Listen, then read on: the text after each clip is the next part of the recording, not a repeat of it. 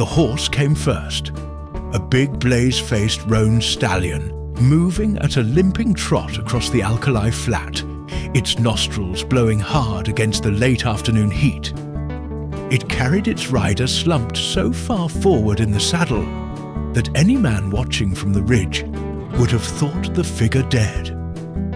But the hands were still wrapped in the reins, a death grip, or the grip of a man who had made up his mind not to die, which in the desert amounts to the same desperate thing. His name was Cole Devereaux, and the newspapers in 3 territories had called him the most dangerous man alive. The Tucson Courier had put his portrait on the front page, a lean, hawk-nosed face beneath the brim of a flat-crowned black hat, eyes that looked as though they had been cut from flint and dropped carelessly into a human skull. The sketch artist had caught something true about those eyes. They held no warmth, no calculation, no particular menace. They simply watched, the way a wolf watches from the timberline. Not hungry, not afraid, simply present and utterly ready. He had killed his first man at 17 in a street in Laredo, a cattle drover who had put a knife in his brother's back over a card game. The law had called it justified.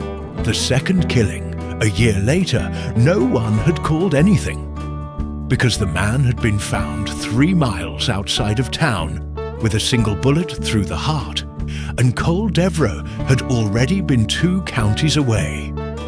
By the time he was 25, he had 11 confirmed kills to his name, and a reputation that preceded him like a winter wind, cold, certain, and carrying with it the promise of things you would rather not face. Men hired him for the rough work they lacked the nerve to do themselves, breaking strikes, convincing squatters to relocate, persuading rival cattle barons that certain contracts were not in their best interest.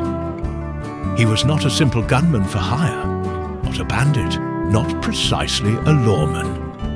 He was something that the frontier had invented for itself out of necessity, a man who existed in the space between the law's reach and civilization's pretense. He had not expected, on this particular Tuesday in the late summer of 1878, to be dying. The bullet had gone in somewhere above his left hip. Ish, yush, him to say. He knew that much from the heat and the wet spreading through his shirt.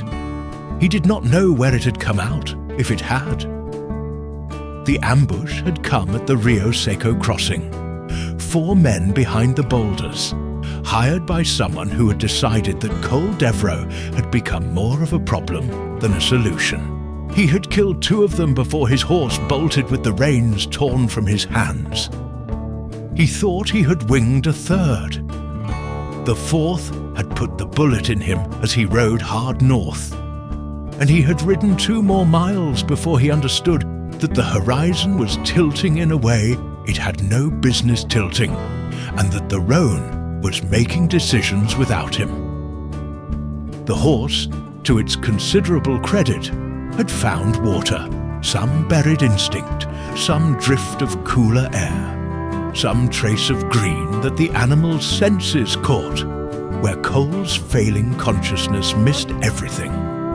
The roan had turned west along an arroyo, followed it for a mile, and come out at the lower edge of a valley that held the impossible colour of living things. Cottonwoods in their summer green, the dark line of a creek, and beyond it, white-painted fence posts and a farmhouse sitting low and plain beneath a sky going violet and gold in the long decline of the afternoon. Cole Devereaux registered none of this. He was listing hard to the left, and the only reason he had not fallen was the involuntary clenching of his right leg against the horse's flank, the body's final argument for its own survival. The roan stopped at the creek, thrust its nose into the running water, and drank with the unhurried satisfaction of an animal that has done its job. It was there that Ruth Beale found him. She had come down to fill the evening water pails, a chore she did not particularly mind because the creek path went through the cottonwoods. And in the cottonwoods at this hour there were always mockingbirds in full argument with one another. And Ruth Beale had, for as long as she could remember, found mockingbirds to be very good company. She was 22 years old, the eldest daughter of Elias and Miriam Beale, and she had lived her entire life within the bounds of the Beale homestead, except for twice-yearly trips to the settlement at Caldwell Wells for supplies and the quarterly meetings her family attended with the 14 other families who made up the Friends congregation of the San Patricio Valley.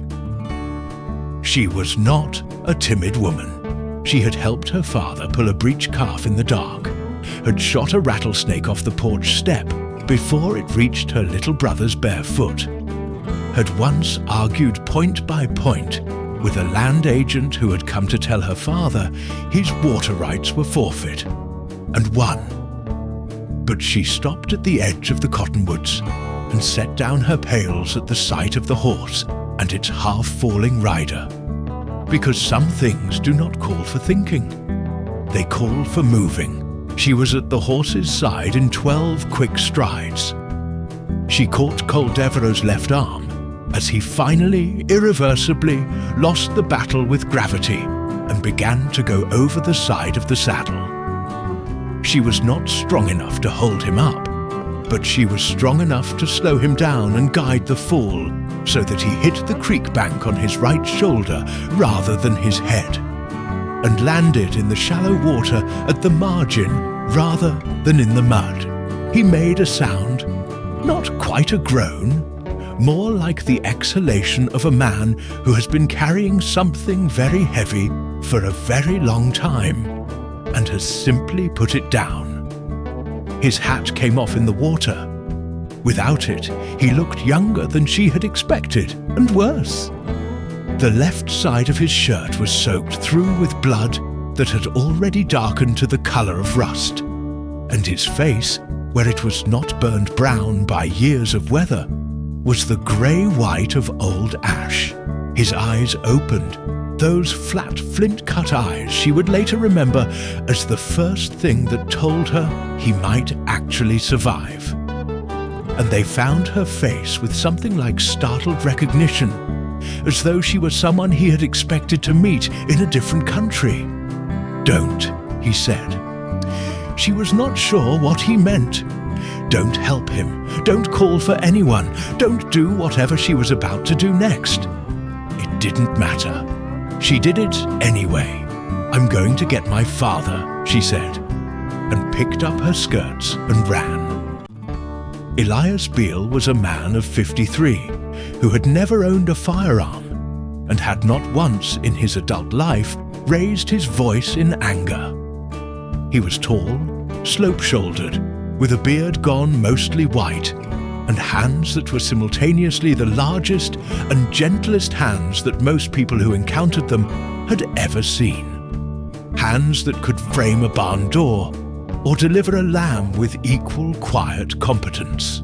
He had come west from Indiana 17 years ago, with his wife and 2 small daughters, and a wagon loaded with tools, seed, a family Bible, and the deep, unshakable conviction of a man who believed that the inner light was present in every human being who had ever drawn breath on this earth, and that the proper response to this fact was to live accordingly.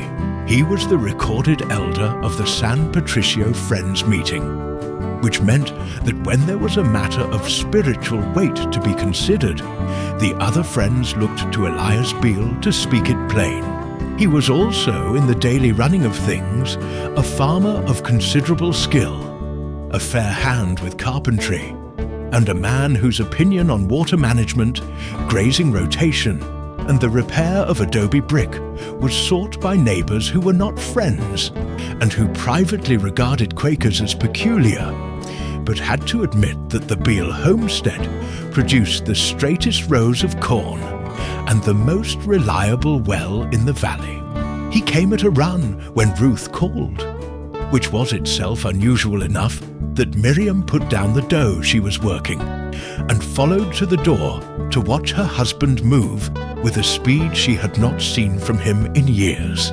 Miriam Beale was a small, spare woman whose grey hair was gathered under a plain white cap and whose face, lined with the particular lines that come from years of outdoor work and quiet laughter, held the expression of a person who has made a permanent decision to face whatever arrives with steadiness.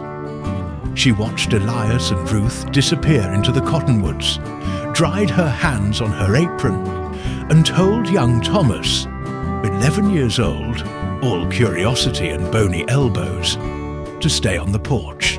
It took Elias and Ruth and considerable effort to get Cole Devereux from the creek bank to the house. He was conscious in the thin, unreliable way of a man whose body was arguing hard with itself about whether to continue.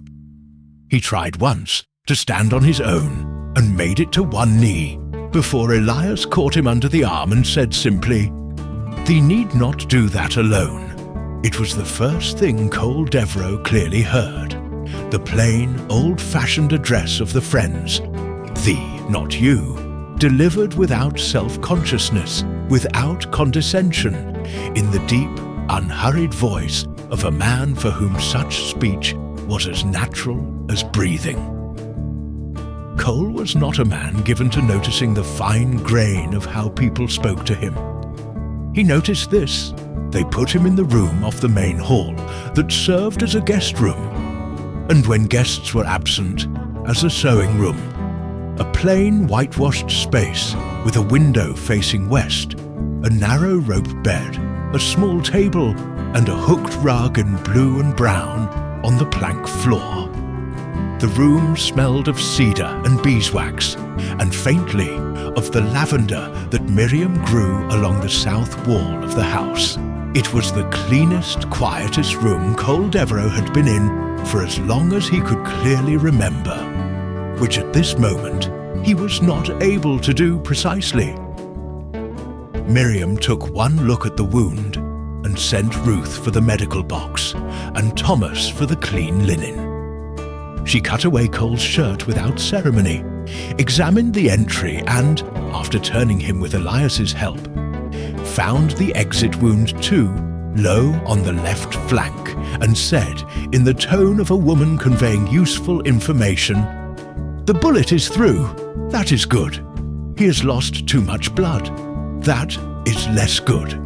We will need to keep the fever down." Cole opened his eyes and found her watching him with an expression of focused practicality that he recognized with some distant part of his mind as the expression of a person who has decided to do a hard thing and will not be moved from it by anything as inconvenient as difficulty. "My horse," he said. "Thomas will see to thy horse," she said, and pressed a clean cloth against his side with a firmness that made the world go grey at the edges again. Elias Beale stood at the foot of the bed and looked at the man lying in it. The two guns on the belt that Ruth had laid over the chair, the tooled leather, the worn grip of a Colt .45 that spoke of many hours of practice, the knife sheath at the small of the back, the hard-used quality of a man who slept in the open more often than not, and moved through the world on permanent alert. He looked at all of this with the quiet attention of a man who was, in his own way, reading a story. Then he bowed his head very slightly, not in defeat, but in the manner of a man who has received information from a source he trusts implicitly, and said nothing. Ruth, handing cloths and thread and the small bottle of carbolic to her mother, glanced up once at her father's face. She knew that look. It was the look he wore in meeting when he was listening to something that most people in the room could not quite hear. Cole Devereux, drifting toward unconsciousness, heard the soft movement of these plain people around him. The creak of the floor, a lamp being lit against the failing light, and the distant, inexplicable sound of someone, the boy, probably, talking soothingly to the roan horse in the yard. None of it, the flint-eyed part of his mind registered, constituted a threat. None of it. He had not been in a room where nothing constituted a threat in a very long time. He let go and slept. The fever came that night, as Miriam had predicted, and was worse than she had let on to anyone, including Elias, who could read her well enough to know that her brisk efficiency was a form of prayer. Ruth sat with the patient through most of the night, changing the cloths that she laid on his forehead, and watching the way the oil lamp threw moving shadows across a face that in fever looked less like a hawk and more like a man. The tension released by whatever had him, the long jaws slack, the creases around the eyes smoothed into something younger and more uncertain. He talked in his fever. Ruth had not been prepared for this, because she had not expected a man like this one to have enough interiority for its contents to spill out under pressure. He said names. Most of them she didn't recognize. One of them, Jimmy, repeated with a particular anguish that made her hold very still, as though movement might disturb something fragile. He said once, with great clarity, "I told him not to draw." He said the name of a town she knew, Caldwell Wells, in a tone that told her nothing. He said at one point, "I don't want the money," which Ruth found interesting. She had, over the course of the long night, examined the guns. She had not handled them. They remained on the chair where she'd left them. But she had looked at the belt and its loops of ammunition, the worn leather, the two holsters carrying weapons that were clearly cared for with more attention than the man had given most other aspects of his person. One of the guns had a small notch in the wooden grip that she did not look at for long. She had been raised in a tradition that held all violence as a failure of the spirit, and she accepted this as she accepted most things her upbringing had given her, not naively, but with the considered assent of a woman who had thought about it and found it, on balance, to be true. Still, she was not afraid of him. She had handled enough things on this land that could kill you to have developed a distinction between danger and evil. And she did not believe this man, lying here burning and speaking his regrets into the lamplight, was the second thing. By the third morning, the fever broke. Cole woke to sunlight coming flat and gold through the west window, which told him it was late afternoon. He was aware first of the clean smell of the room, then of the pain, which was considerable but honest, the pain of healing rather than the roiling, vertiginous pain of a wound doing its worst. His mouth was very dry. He turned his head and found, beside the bed, a cup of water and a woman sitting in a plain wooden chair with a book open in her lap, reading with the composed attention of someone who has nowhere pressing to be. She was wearing a grey dress and a white collar, and her hair was the colour of dark honey gathered at the back of her neck. She was not beautiful in the way that the women in the saloons and the railroad towns were beautiful. That deliberate, expensive beauty that announced itself loudly and wanted something in return.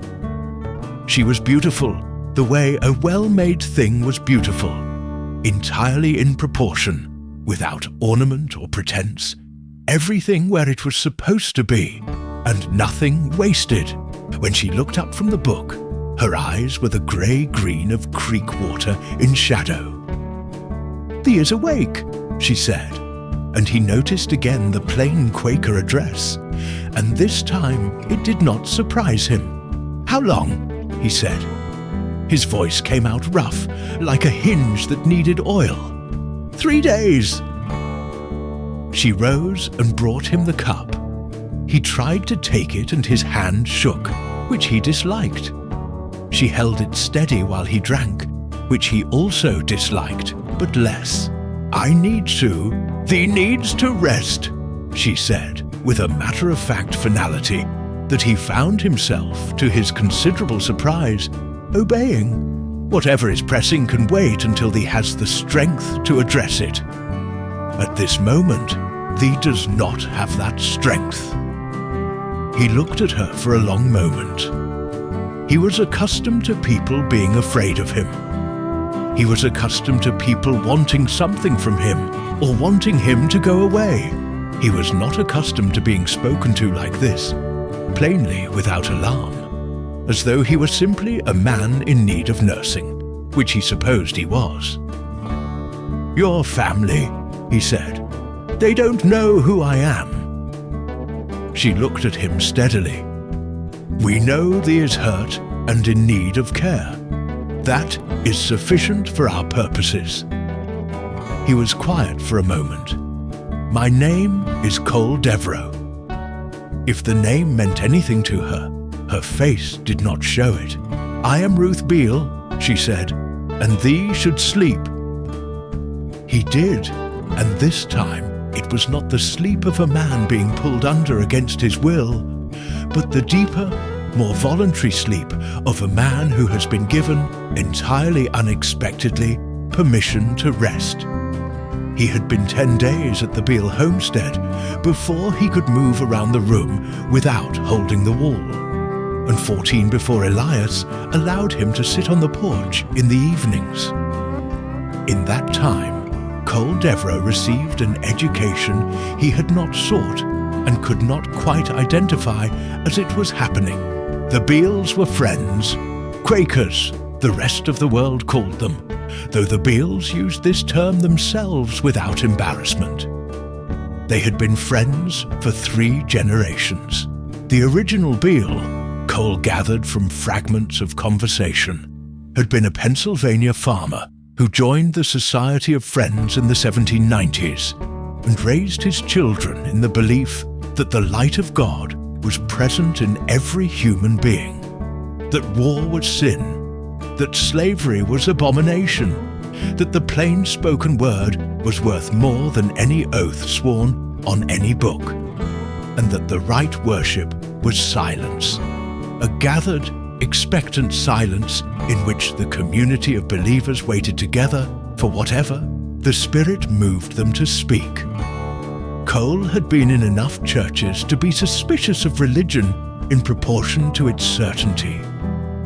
Preachers who shouted about hellfire had always struck him as men in the business of frightening people into compliance, which in his experience was a poor way to get compliance, and an even poorer way to get truth.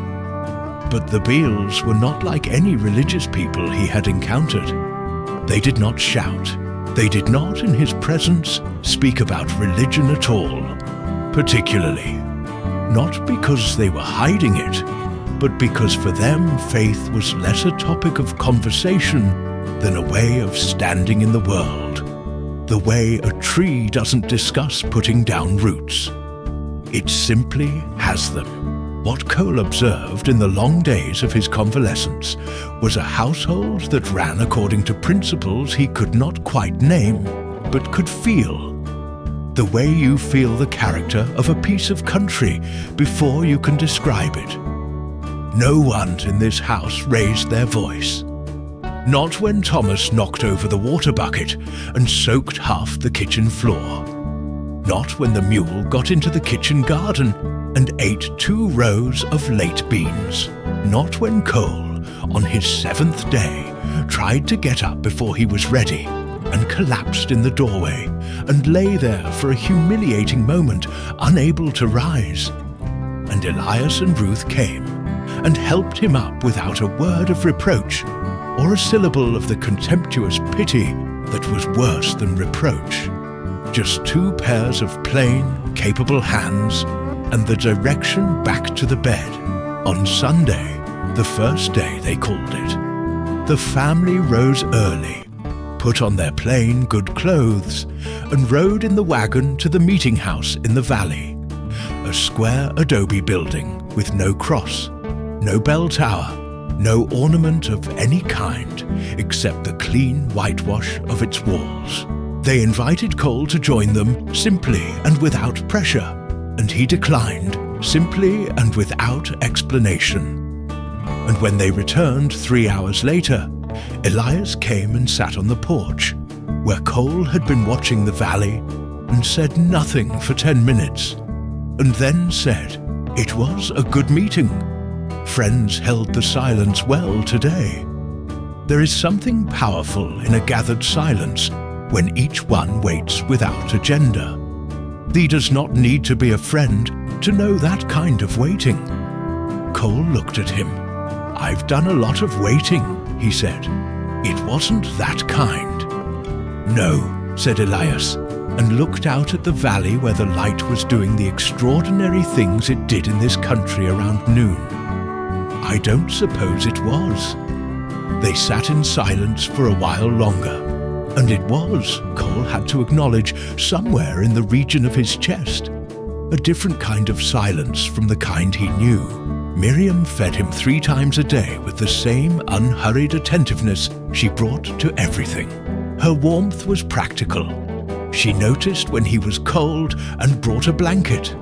She noticed when the carbolic was making him nauseous and switched to a different treatment. She noticed when he was awake at 3 in the morning, because something was sitting on his chest, and she appeared in the doorway not with comfort exactly, but with a cup of chamomile tea and the quiet company of a woman who was not afraid of whatever was sitting on his chest either. She did not ask him about it. She simply made the tea and sat there long enough that the thing on his chest, deprived of solitude, grew smaller. Young Thomas was perhaps the simplest of all to understand. He was 11, all unguarded curiosity, and within a week of Cole's arrival had decided that Cole Devereux was the most interesting thing that had happened to the Beale homestead in his entire living memory. He asked direct questions that adults would have been too cautious to ask, and Cole, finding himself disarmed by the absolute absence of calculation in the boy's interest, sometimes answered them. "Have you shot a lot of people?" Thomas asked one afternoon, perched on the end of the porch railing. In the way his mother regularly told him not to sit. "Thomas," said Ruth from the doorway. "It's all right," said Cole, which surprised him as much as it surprised her. To Thomas, "Enough." Thomas considered this. "Did you have to?" Cole was quiet for a moment. It was the kind of question he had successfully avoided for about 20 years, by moving fast enough that it couldn't catch up to him. "I told myself I did," he said. Thomas nodded gravely, as though this confirmed something he had already theorized. "Father says that's usually how it goes with wrong things. You have a reason that feels right until it doesn't anymore." He then jumped off the railing and ran to the barn to see about something, and left Cole sitting with that observation the way you sit with a stone that has been thrown through a window. The stone small, the window extensively broken. On his 16th day at the homestead, Cole was well enough to walk to the barn and back, and on the 18th he sat at the Beale table for the evening meal for the first time. The table was plain, the food was plain. Cornbread, beans cooked with sage and dried chilies, cured pork, a bowl of late-season tomatoes. And grace before the meal was a silence of perhaps 2 minutes, in which every head was bowed and no one spoke, and the only sounds were the settling of the house and the far-off last call of a quail in the brush.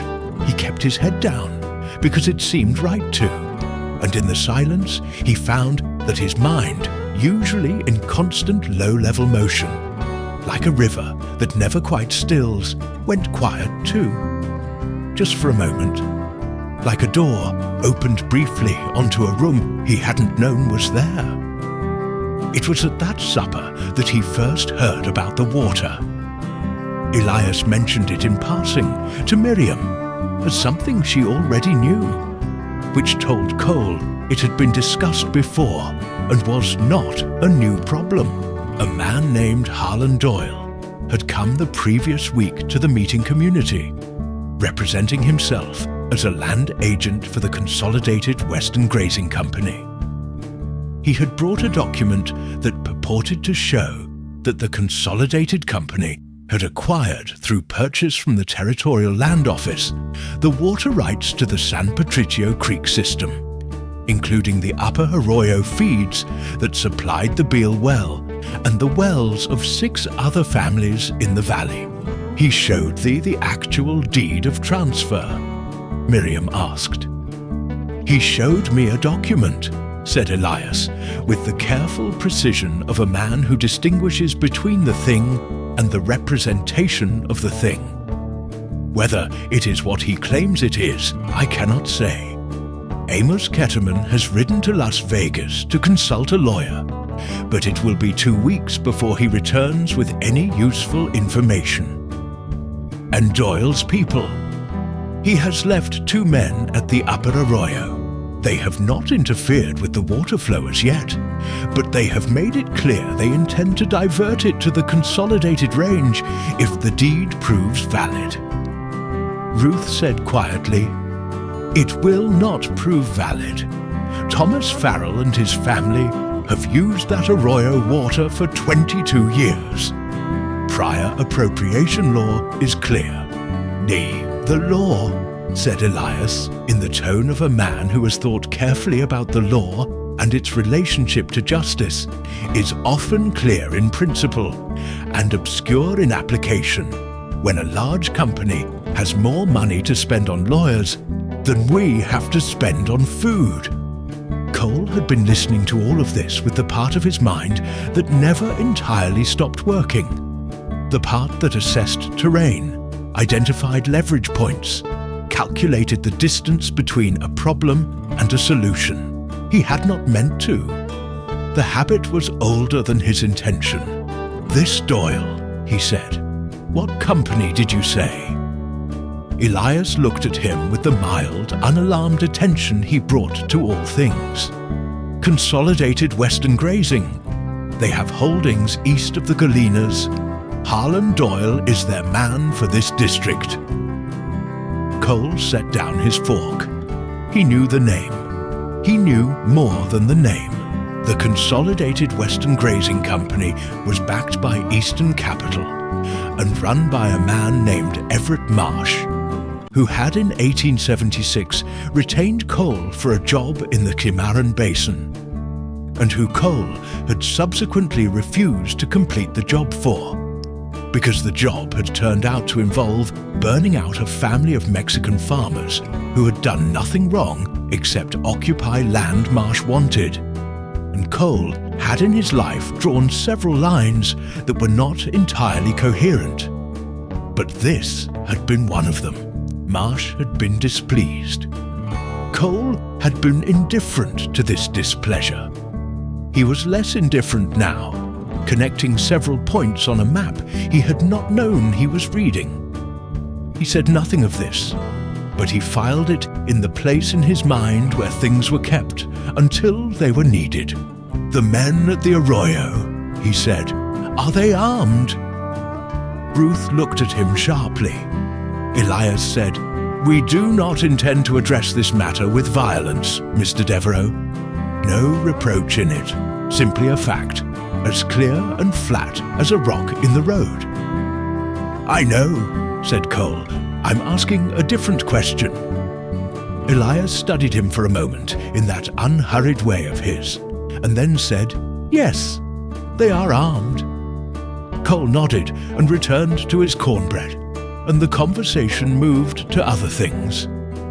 And he sat at the table of these plain, peaceable people and ate the food they had made, and thought very carefully about several things at once. He could have ridden out on the 20th day. His wound was healing clean.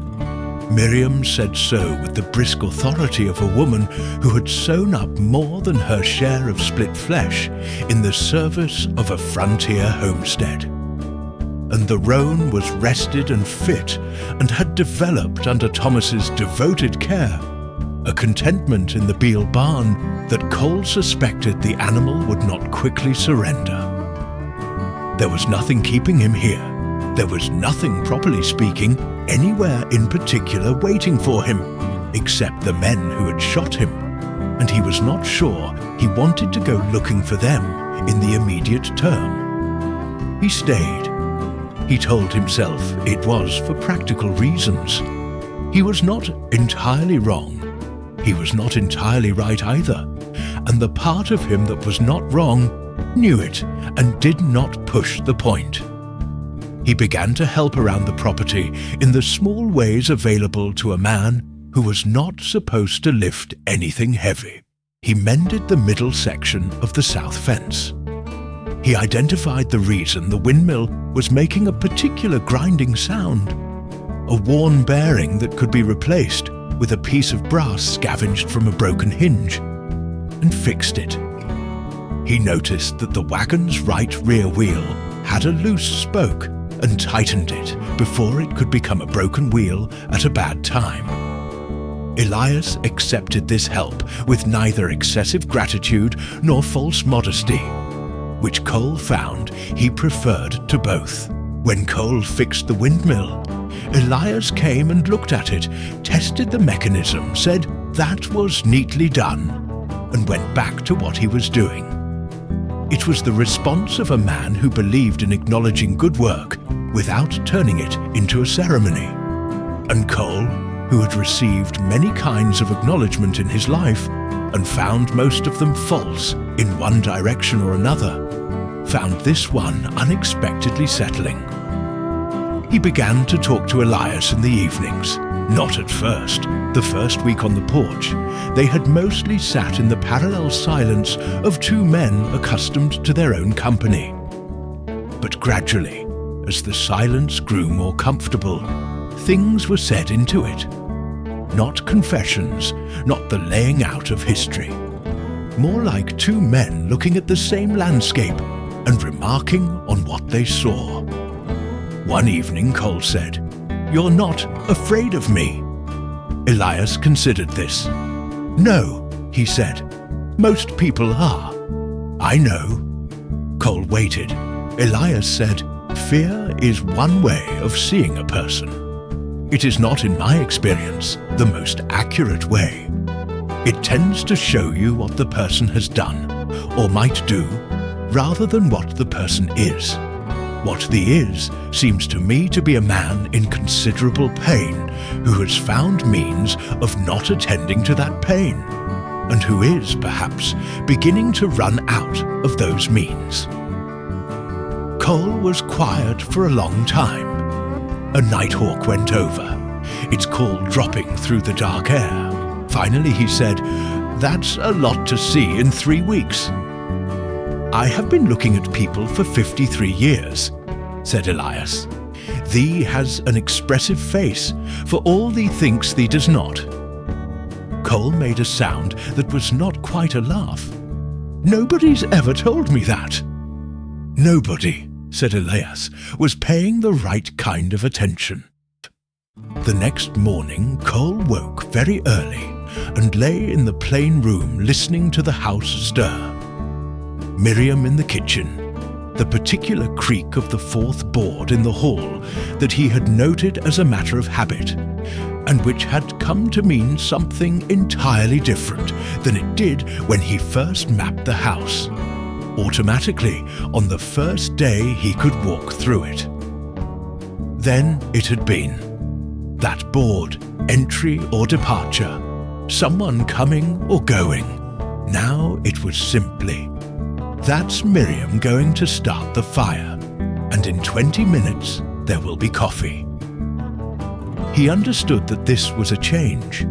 He understood it the way you understand a shift in the weather before it arrives, by the quality of the air, the direction of things moving. He was not sure what to do about it, or whether anything needed to be done. He got up, dressed, went out to help with the morning chores, and left the question where it was, to be looked at later. Ruth Beale had known, from the moment she found the man in the creek, that he was not simple. She had not expected him to be simple. She had grown up being told, in word and example, that every human being carried the light of God within them. And she accepted this more fully than most of her generation, because she was constitutionally unable to believe convenient things that she could not also find true. She looked at people the way her father did, with attention and without agenda. And what she had seen in Col Devereux on that first evening, laying in the shallow water with his hat off and his face exposed, was not a dangerous man, or a sinful man, or a man to be avoided. It was a man who had been alone for a very long time, and was not entirely sure he knew how to be anything else. This did not mean she was without caution. She was not naive about what those guns on the chair represented. She had heard him in the fever, and the things he said told her a story whose outline she understood well enough. But she was also 22 years old, and had been raised in a tradition that held human transformation to be not only possible, but expected. The inner light did not go out. It was only sometimes covered over, and the work of faith was in the uncovering. They began to talk in the afternoons when she came back from the kitchen garden, and he was usually sitting on the south side of the house, in the place where the adobe wall held the warmth of the morning sun. She would sit nearby with her mending or her reading, and conversation would begin obliquely, about the garden, about the valley, about whatever Thomas had said or done that day. And gradually, over the course of many afternoons, would work its way towards something more direct. She told him about the San Patricio Valley, its history, the families who had settled it, the way the community had come together not out of shared belief alone, but out of the daily necessities of frontier life. The barn raisings, the shared harvest, the way Enrique Reyes and his family, who were Catholic and spoke more Spanish than English, had become as integral to the Friends community as any member of meeting. Because when the Beale well had gone dry in the drought of 1872, it was Enrique who had brought his water wagon every morning for 6 weeks until the rains came. Cole listened to these stories with the attention of a man reconstructing something. "How do you do it?" he asked once, "the not fighting back, when Doyle comes with his paper and his armed men?" She considered. "We don't do it by being weak. That's what people usually misunderstand. Father has a harder spine than most men who carry weapons. It's not that we can't fight. It's that we believe fighting with violence forfeits something. Something in ourselves, something in the situation. It leaves a wound that doesn't heal right." He was quiet. Then, "I've seen men who believe what you believe get killed for it." "Yes," she said without flinching. "So have I. The Harmon family, 3 valleys over, 7 years ago. 3 men I knew. One of them had been a friend of my father's since boyhood." She set down her mending for a moment. "I have not found an answer to that which satisfies the grief part of it. I have only found that the answer is not more of the same." He looked at her for a long moment with those flat, careful eyes.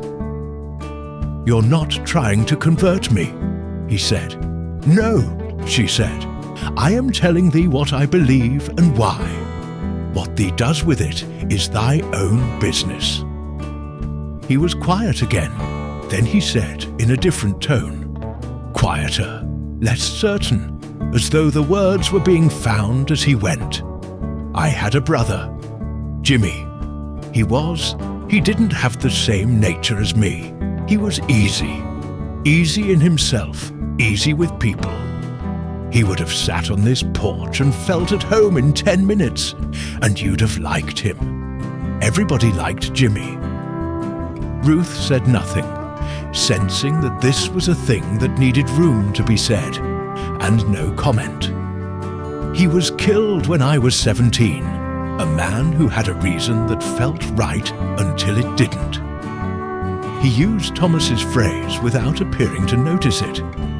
"I decided after that the world went a certain way, and there was nothing to do but go the same way, and be better at it than the other man. I was very good at it. I'm still good at it. I don't know what use that is." He stopped. She could see the effort in his face. Not distress exactly, but the effort of a man lifting something that had been on the ground so long the earth had grown up around it. "I'm sorry about Jimmy," she said. He nodded once, the way a man nods at a truth he is accepting rather than a pleasantry he is acknowledging. He picked up the piece of fence post he had been mending and went back to work, and neither of them said anything more that afternoon, and it was enough. On the 28th day, Amos Ketterman returned from Las Vegas.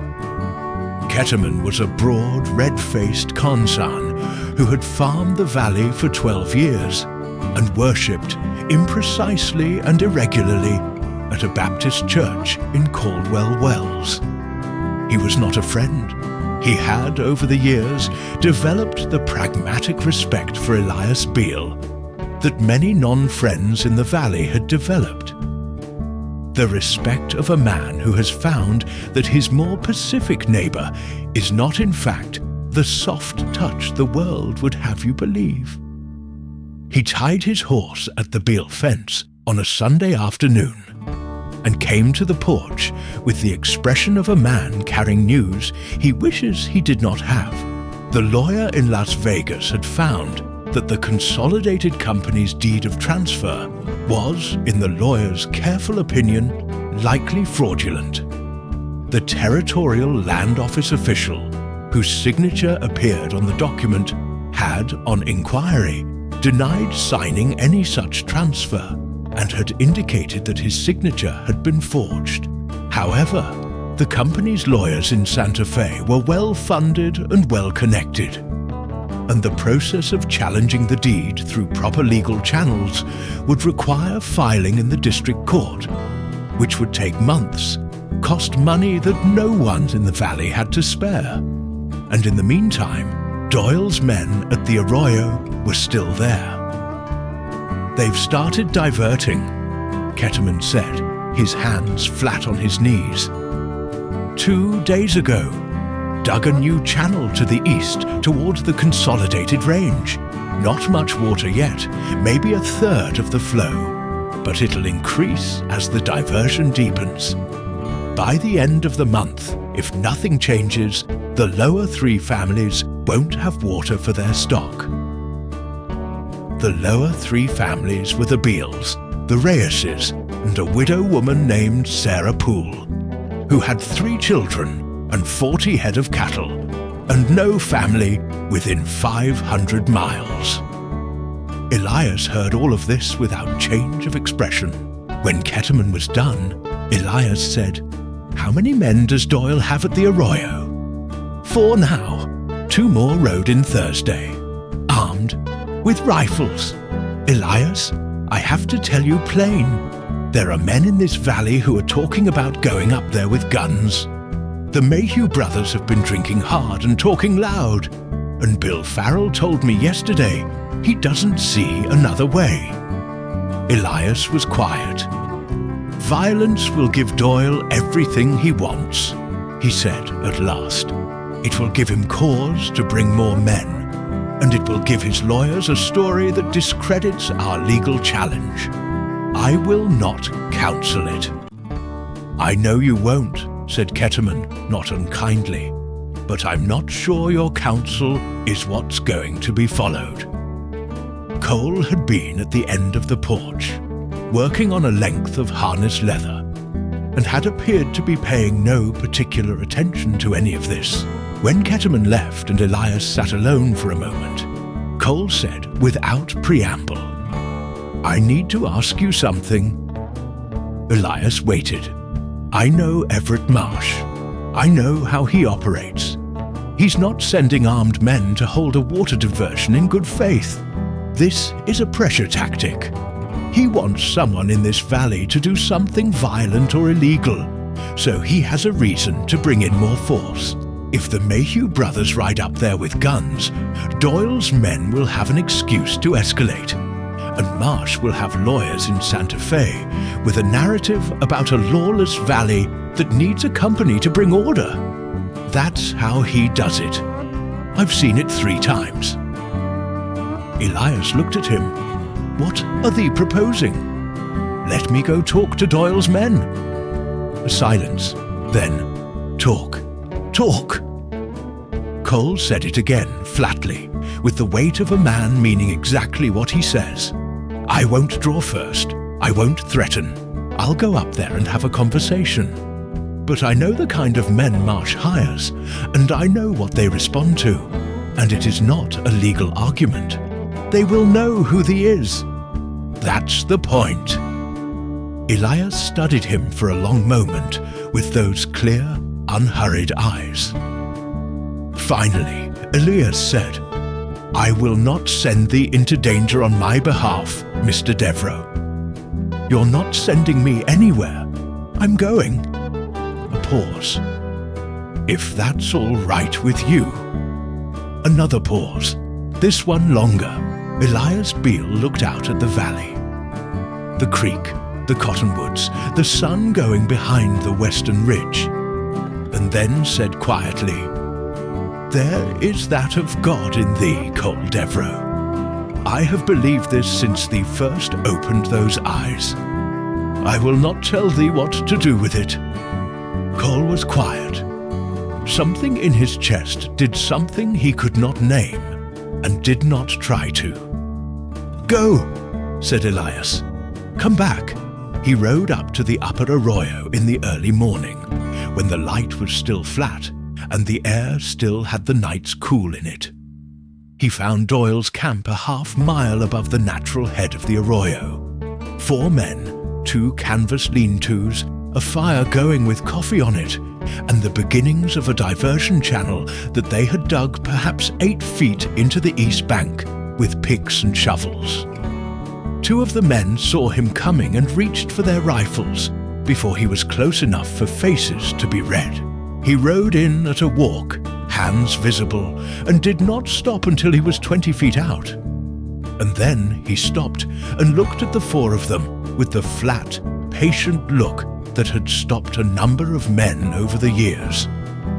The look of a man who is not nervous and is giving you the opportunity to not be nervous either. One of them knew him.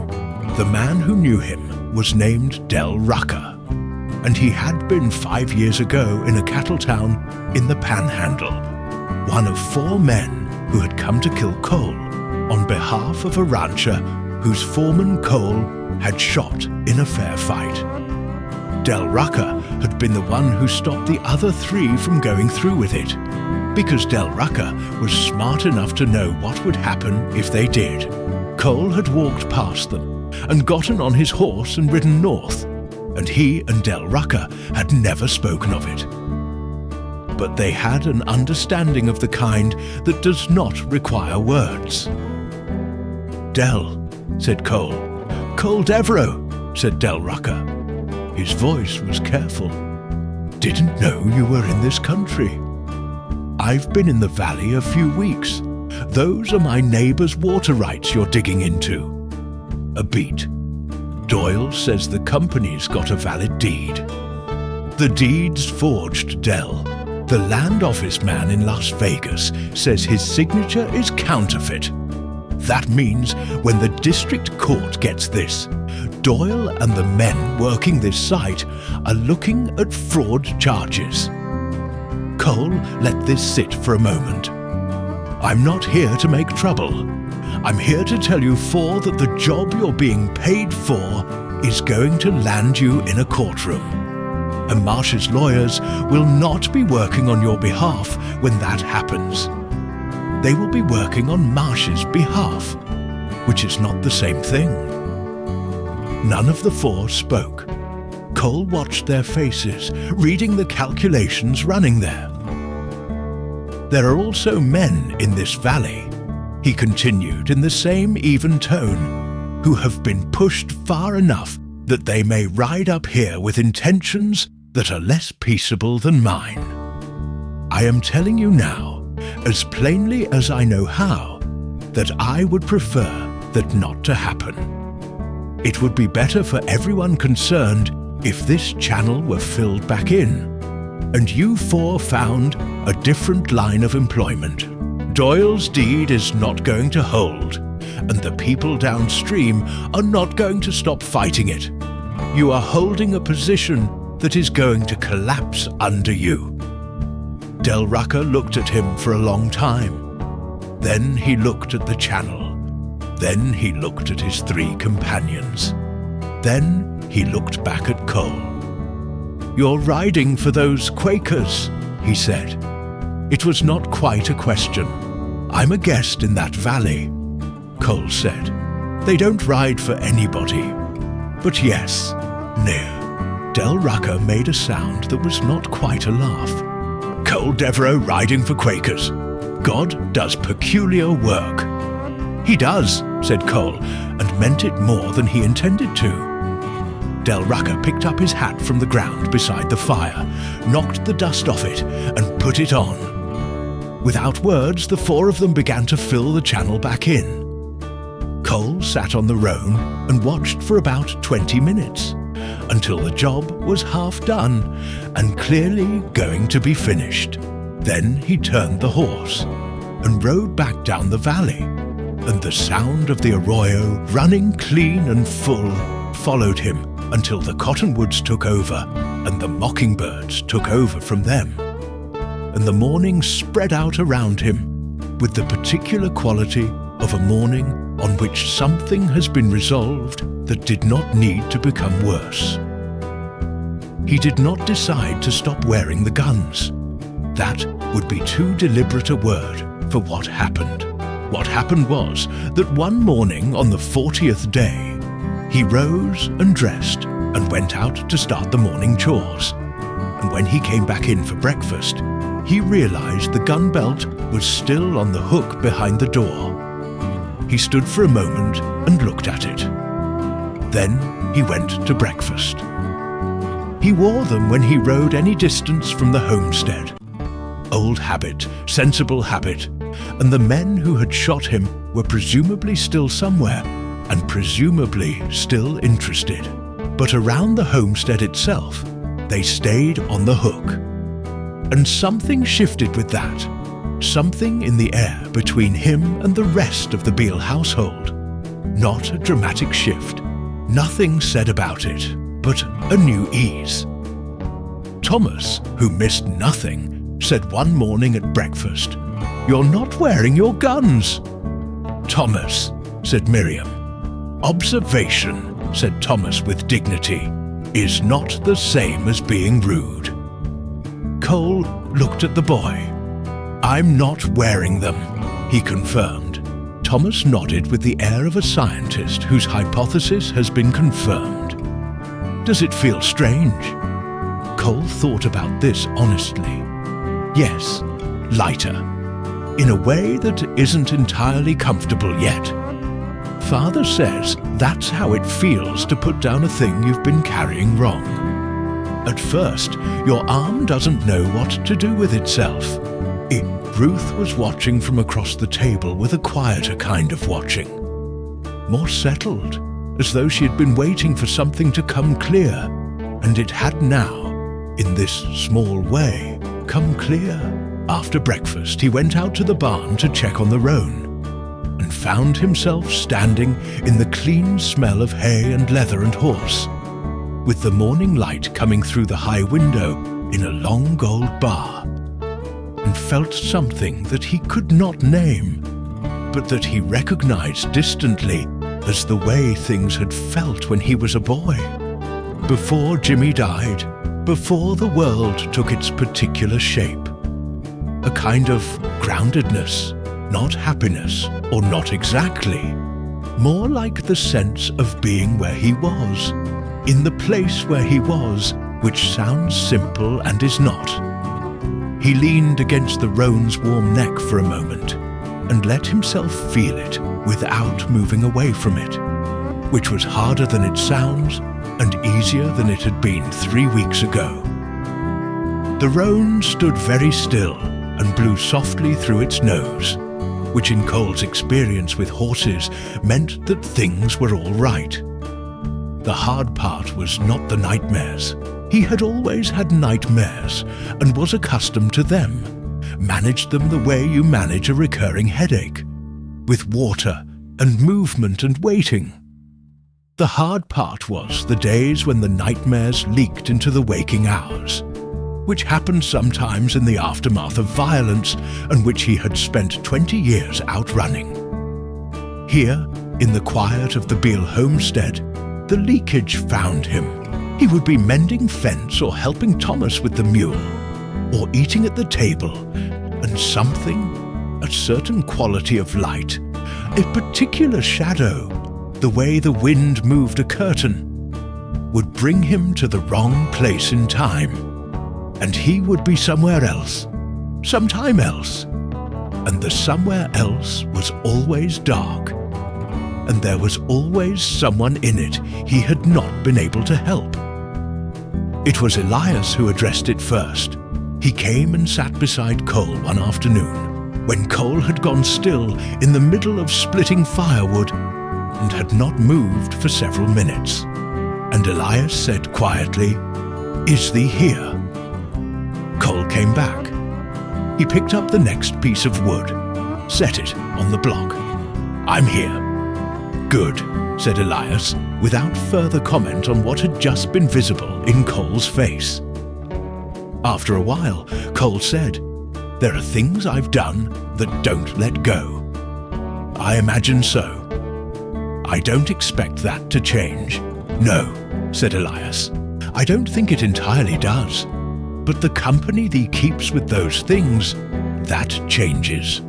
At first, thee carries them alone. Then, if thee is fortunate, thee finds thee has company in the carrying. It is still the same weight, but 2 backs are better than 1. Cole looked at him. "You're offering to carry my sins?" "Friends do not use that particular theology exactly," said Elias, with the trace of humor that occasionally surfaced through his plainness. "But yes, that is the general idea." Cole split 3 more pieces of wood, very straight, very clean. Then he said, "There was a man named Garrett Wells, hired hand on a ranch in the Panhandle.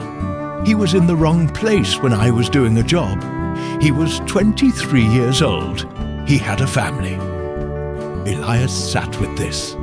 He did not say it was all right. He did not say God forgives. He did not say anything for a good while. Then he said, "That is a terrible thing to carry." "Yes," said Cole. "It does not leave thee," said Elias. "But it is not the whole of thee. It cannot be, because here thee is, mending our fence and fixing our windmill and going up to the arroyo for our water. That is not the behavior of a man who is only what he fears he is." Shh! The afternoon went on around them, and neither of them said anything more, and the silence between them had in it, on both sides, something that had not been there before. Something like trust, the kind that is not earned quickly and is not easily broken and cannot be faked.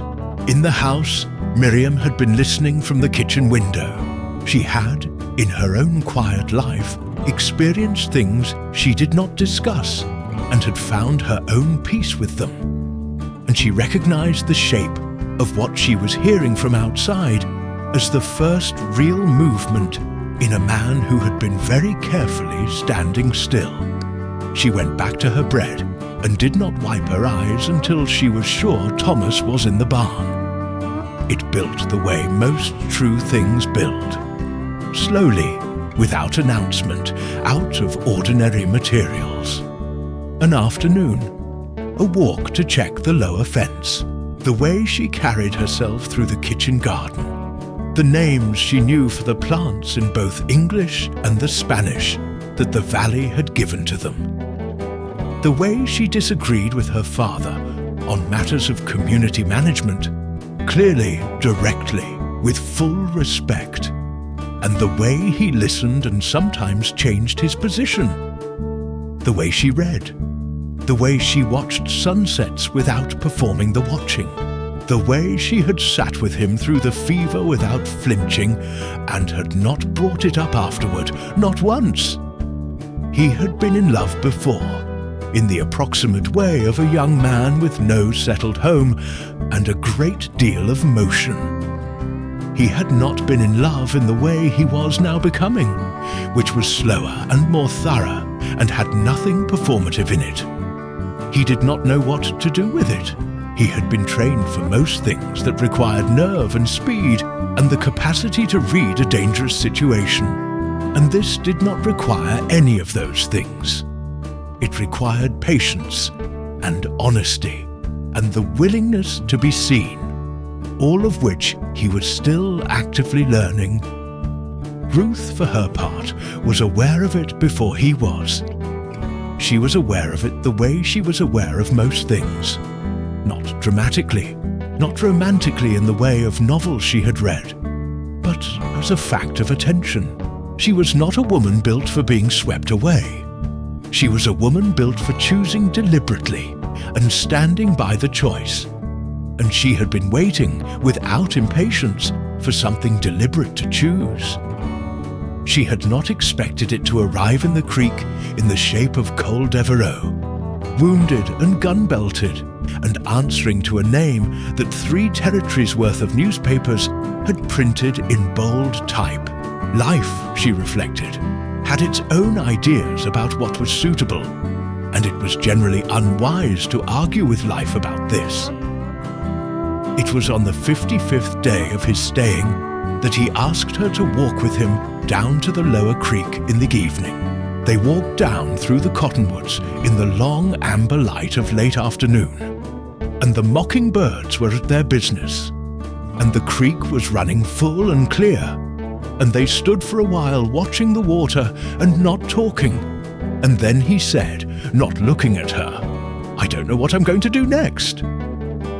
She considered this. That seems honest. I know what I've been. I don't know if it's possible to be something else. I know what thee has been here, she said, for 2 months. That seems like information. He turned and looked at her then, directly, with the guard deliberately and consciously down. You'd be choosing something unreliable, he said. A man with a past that doesn't wash off and an uncertain future. I know, she said. I find I don't mind, which surprised me when I first noticed it. A pause. The creek ran on. A late hawk went over, tilting in the updraft from the ridge. Your father, Cole said. Father, said Ruth, said to me last week, and I quote precisely, I have no concern about that man's heart. A man's past is not his future unless he chooses it so, and thee knows thy own mind. Cole was quiet for a moment. Then, he said that? He did. Another pause. Then Cole said, in the voice of a man choosing his words, with the care of someone who has learned that words are not decoration, but commitment. I would like to stay in this valley. If there's a place for me in it, I would like to build a place here. a proper place, something that lasts. I would like, if it is something you might want, to build it with you." Ruth was quiet for a long moment, looking at the creek. Not because she was uncertain. She had been certain for some time. She was quiet because the moment deserved its own space and its own weight. And because she was, despite being a practical woman, not immune to the quality of standing at the edge of a creek in the amber light of a late afternoon, with the cottonwoods and the mockingbirds, and a man who had ridden a long way to get here from the place he had been. Then she said, yes. It was, in the manner of the friends, a plain word for a plain intention, and it was enough. The trouble, when it came from the east, as trouble in this country often did. From the cities, from the capital, from the direction of money and lawyers, and the particular kind of violence that wears a suit. Harlan Doyle returned to the valley in October with a man named Aldrich, who was Marsh's principal attorney in the territory. And Aldrich had with him a federal court document enjoining the valley residents from interfering with the Consolidated Company's water rights pending the resolution of the case in Santa Fe. The injunction had been obtained through a federal judge whose relationship with Consolidated Western's eastern backers had not been examined closely enough by the people who should have been examining it. The valley meeting that Elias called that Sunday evening was attended by every family within riding distance.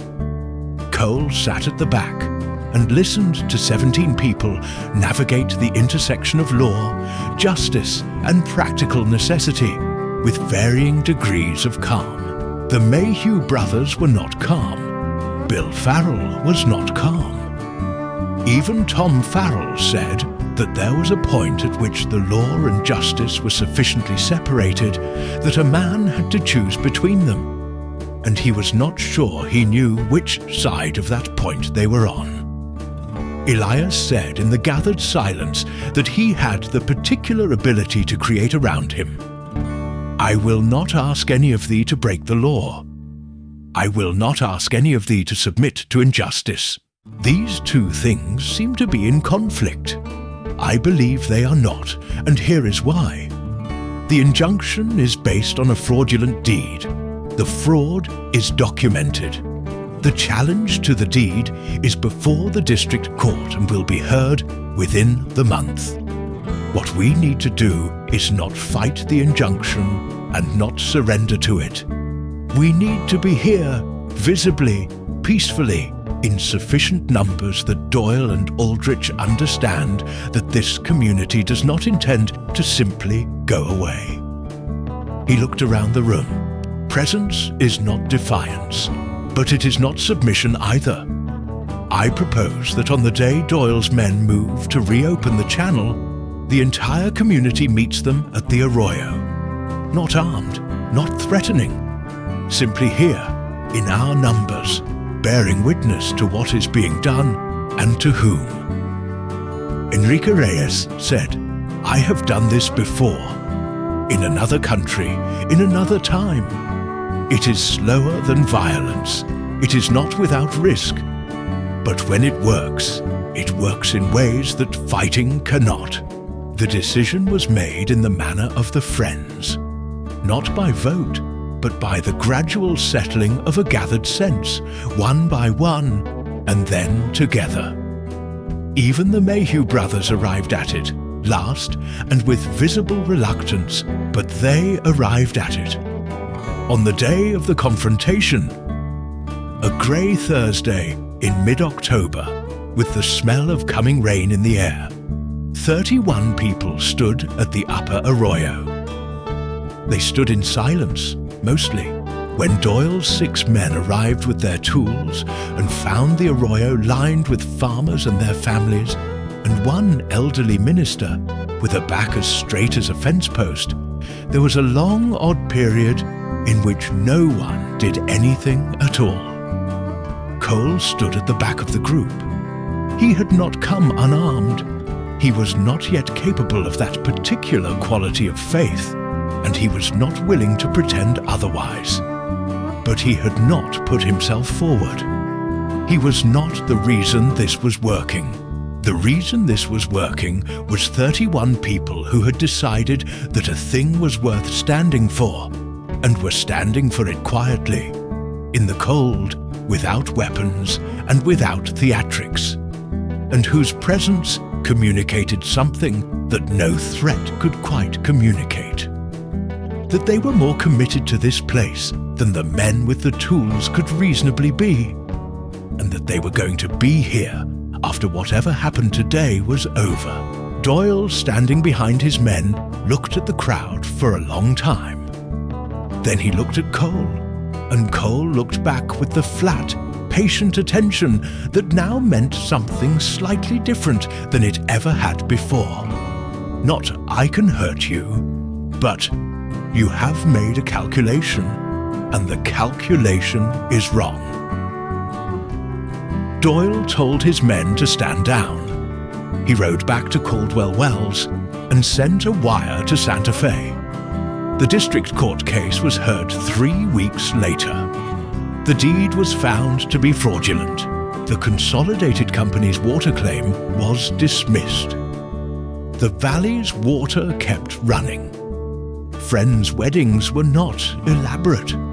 This was a principle Cole had been informed of, and a practice he found when he considered it exactly right. Not because he was opposed to ceremony in general, but because ceremony, in his experience, often existed to substitute for the actual weight of the thing being celebrated. And the thing being celebrated here required no substitution. The meeting house was full on the first Sunday in December. Every family in the valley, and several from neighboring communities. The room lit by winter sunlight through the south windows, and smelling of cedar, and the particular human warmth of many bodies in a shared space. There was no music, no minister to officiate, no liturgy to follow. There was the gathered community, and the gathered silence, and when the Spirit moved, there would be words. Cole sat in the meeting room for the first time, beside Ruth, and experienced the friends' meeting in the way it was meant to be experienced, rather than from a respectful distance. The silence was not empty.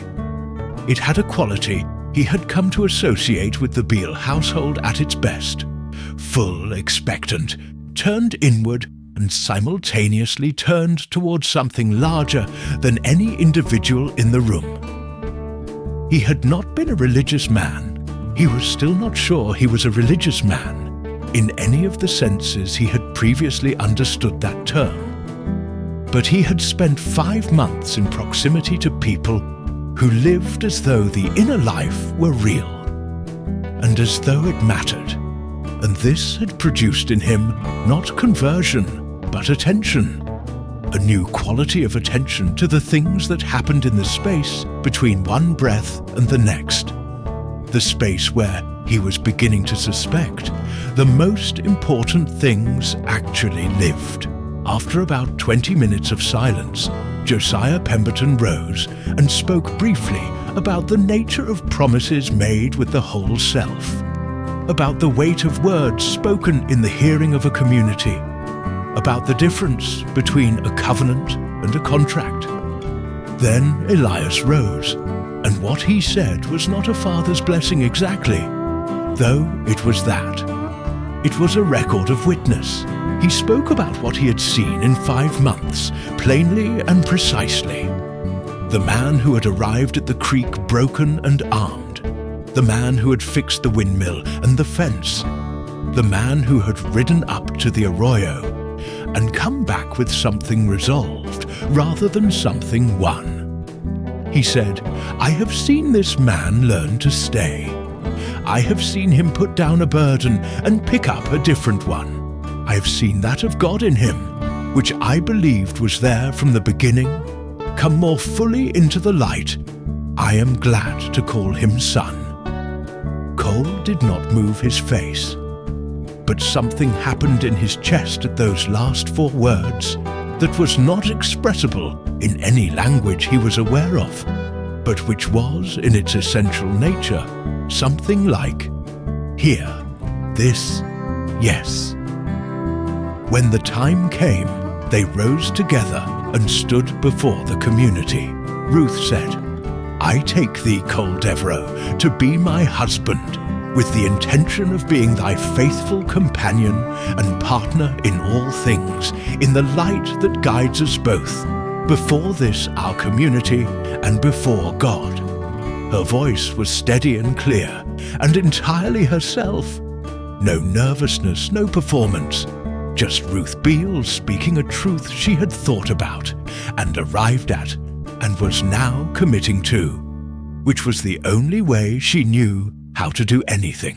Cole said, "I take thee, Ruth Beale, to be my wife." He stopped.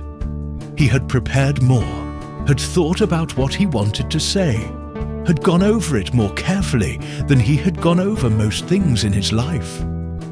But standing there in the winter light, in the gathered quiet of this community that had, without ceremony or pretense, made room for him, what he found he had to say was simpler than what he had prepared. "I have been lost for a long time. I came here by accident, or what I thought was accident. I know better now. I intend to spend the rest of my life learning how to be worthy of this place and of thee, and I intend to do it here, where thee can see me and tell me plainly when I'm getting it wrong." A ripple through the room, not laughter, but its first cousin. Ruth's mouth curved. Thomas grinned with the whole of his face.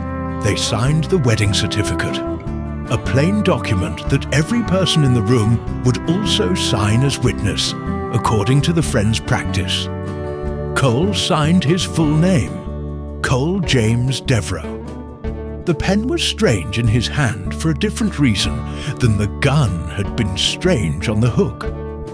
This was not the absence of something, but the presence of something new.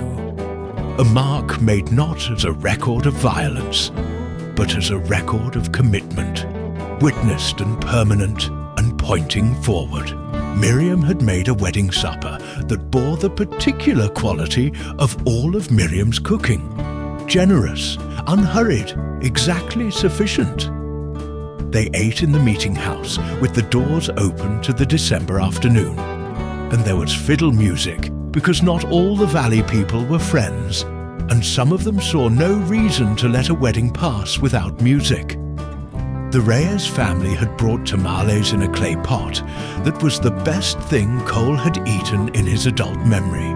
Thomas ate 4 servings of everything and fell asleep on a bench at 7 o'clock and had to be carried to the wagon, which he maintained the next morning he had not done.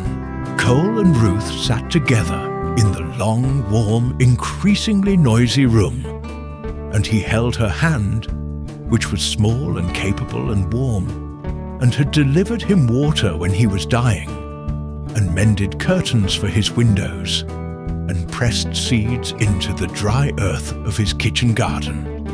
And the valley outside was dark and cold and full of stars, and nothing in his life had ever looked, from where he was sitting, so much like what it actually was.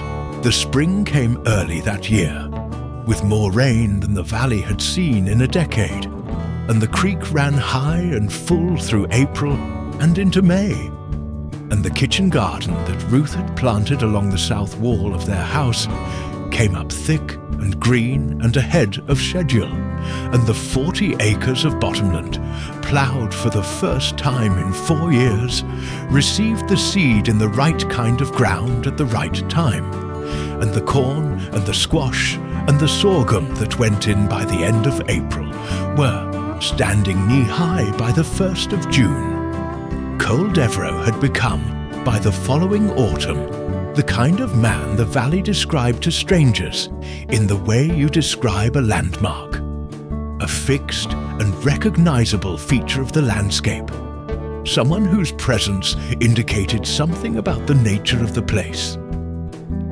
He was not, in anyone's description, a soft man. He was still lean and watchful, and had the quality, familiar to anyone who spent time with him, of noticing things. The slight change in a horse's gait that indicated a loose shoe, the particular colour of afternoon clouds that meant weather by morning, the small indicators in a conversation that told you where the real question was hiding. But the quality of that attention had changed. It was turned outward now rather than inward. It was attentive to the world rather than to threat. The guns were in the house. He had not sold them or destroyed them. That would have been a performance of pacifism rather than the real thing. And he was not a man for performances. They were clean and oiled on the shelf above the fireplace, in the event that something arose which required them. Nothing had arisen. He suspected sometimes, on the long summer evenings when he sat on the stone bench and watched the valley go dark, that nothing would, not because the world had grown safer, but because the world responded, in ways that were not always immediate or legible, to what you brought to it. He was bringing something different now. The world, on balance, was bringing something different back. Ruth was with him on the bench on an evening in the late summer of that second year. Warm, full summer, the valley at its green abundance, the creek running below in the cottonwoods, the mockingbirds at their incomparable, tireless argument. And she was reading, and he was doing nothing in particular, which was still somewhat uncomfortable, and he was slowly learning, a discomfort worth sitting with. He was thinking about Garrett Wells, as he sometimes did. He was thinking about Jimmy, as he always did. He was thinking about the long road that had brought him from 17 years old in Laredo to here, which was a road he would not have chosen and could not have planned, and which had brought him, by the most improbable of routes, to a stone bench in a valley in New Mexico, with a woman who was reading quietly beside him in the last of the light. Ruth, without looking up from her book, said, "Thee is thinking very loudly." "Habit," he said. She turned a page. "Is it a good kind of loud, or the other kind?" He thought about this for a moment. The creek went on below. A nighthawk called once, descending through the cooling air. The last light was doing the thing it did, the thing that this country did better than anywhere else, transforming the ordinary into the extraordinary without effort or announcement, just by being what it was at the end of a long day. "Good," he said, "the good kind."